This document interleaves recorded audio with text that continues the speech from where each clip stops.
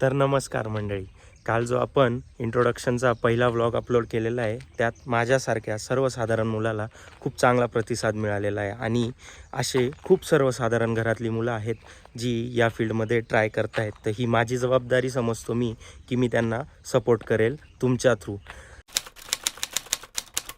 तर सर्वप्रथम तर आपला जो मुद्दा होता, 5Gच्या जमान्यामध्ये 5D फॉलो करायचे होते आपल्याला.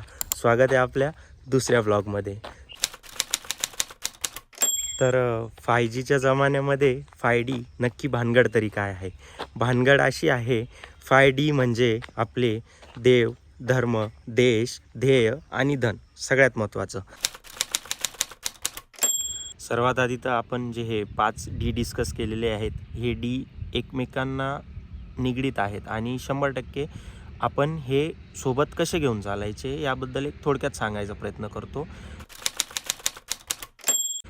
सर्वप्रथम तर डी, देवावर आस्था पाहिजे, 100% पाहिजे. कोणत्या तरी एका देवावर आपली एकनिष्ठ अशी आस्था पाहिजे. आणि दुसरी गोष्ट म्हणजे फक्त देवदेव करून भागणार नाही, तुमचे कर्म पण चांगले पाहिजे. एक खूप चांगली गोष्ट वाचलेली होती कुठेतरी, ती तुमच्यासोबत शेअर करायची इच्छा व्यक्त करतो. की वाचलं असं होतं की जब कर्म ही हो काला तो क्या करेगी रुद्राक्ष की माला. म्हणून देवदेव करणं खूप चांगली गोष्ट आहे. देव करा, पण देव करत असताना कर्मांवर नियंत्रण ठेवा. चांगले कर्म करत राहा. आता बोलूया आपल्या दुसऱ्या डीवर. दुसरा डी म्हटल्यावर धर्म. सर्वप्रथम तर धर्म या विषयावर बोलणं सध्या अवघड होऊन गेलेलं आहे. कारण कोण काय समजून पडेल किंवा कोण काय अर्थ घेईल त्याचा ते सांगू नाही शकत. मला एवढंच कळतं की धर्माशी निगडीत कसं राहायचं आहे. तर सर्वात आधी आपला धर्म आपल्याला काय शिकवतो, रामायण महाभारत सगळं आपल्या धर्मात घडून गेलेलं आहे. तर त्यातून आपल्याला काय चांगला बोध घेता येईल याचा प्रयत्न करायचा आहे. आणि महत्त्वाचा मुद्दा म्हणजे धर्म ही मानण्याची गोष्ट असते, सिद्ध करण्याची नाही. आता येतो आपला तिसरा डी. डी म्हणजे देश. देश कोणाच्या हातात आहे सगळ्यांना माहिती आहे, ठीक आहे. त्यावर किचकट मुद्दा आहे, त्यावर बोलायचं नाही. देशात काय पाहिजे आपल्याला? एम्प्लॉयमेंट पाहिजे, ती नाही आहे. अक्षरशः म्हणजे अशी सुद्धा परिस्थिती पाहिलेली एवढ्या 3-4 वर्षामध्ये मी, की भरती निघाली, भरतीचा खूप मुलांनी काटेकोरपणे अभ्यास केला आणि ऐन पेपराच्या दिवशी भरती पेपर कॅन्सल झाला. अशा पण गोष्टी आहेत. रस्त्यात खड्डे आहेत, खड्ड्यात रस्ते समजत नाही आहे. राशनच्या दुकानावर 100% राशन कमी पडतं आहे, पण दारूच्या दुकानावर दारू कमी पडत नाही आहे. हा आहे आपला देश. याच्यावर व्यवस्थित अभ्यास ठेवा, प्रत्येकाने अभ्यास ठेवा.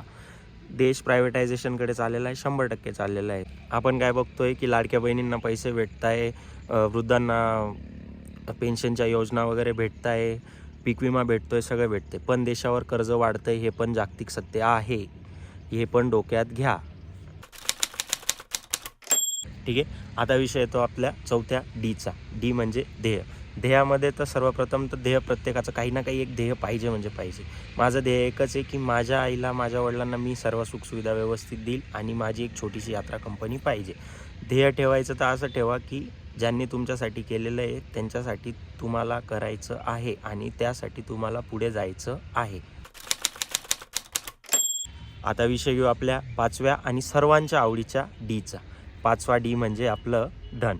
जन्माला आल्यापासून ते मरेपर्यंत धन महत्त्वाचं आहे, 100% महत्त्वाचं आहे. म्हणून धन कमवायचं आहे, त्यासाठी मेहनत करायची आहे 100%. बाळ जन्माला येतं आहे, धन लागणार आहे.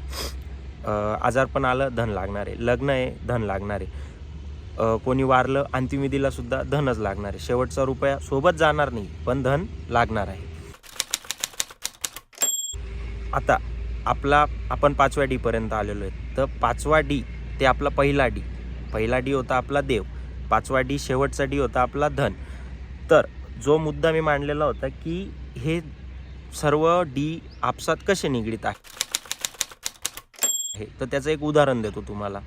कोणी म्हणतं hard work is the key of success, ठीक आहे. इंग्लिशमध्ये काहीतरी म्हणतात ते hard work is the key of success. मेहनत करा, मेहनतीवर, मनगटावर विश्वास ठेवा, सगळं खरं आहे. याच्यासोबत पहिला डी कसं काय निगडीत आहे ते समजून घेण्याचा प्रयत्न करा. पहिली गोष्ट तर मेहनत करायला सगळे आलेले आहेत, जबाबदाऱ्या सगळ्यांवर पडणार आहेत, 100% पडणार आहेत. पण सगळे रोज सकाळी समजून घ्या 10 लोक आहेत, सकाळी 10 लोक एकदम नीटनेटके तयार होऊन बसलेले आहेत की आज मला काम भेटेल, मी काम करेल, मेहनत करेल, मी पुढे जाईल, हे करेल, ते करेल.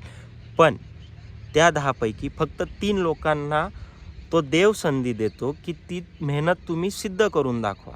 म्हणजे ती जी संधी आहे ना, ती संधी आपल्यापर्यंत आणून द्यायचं काम देवाचं आहे.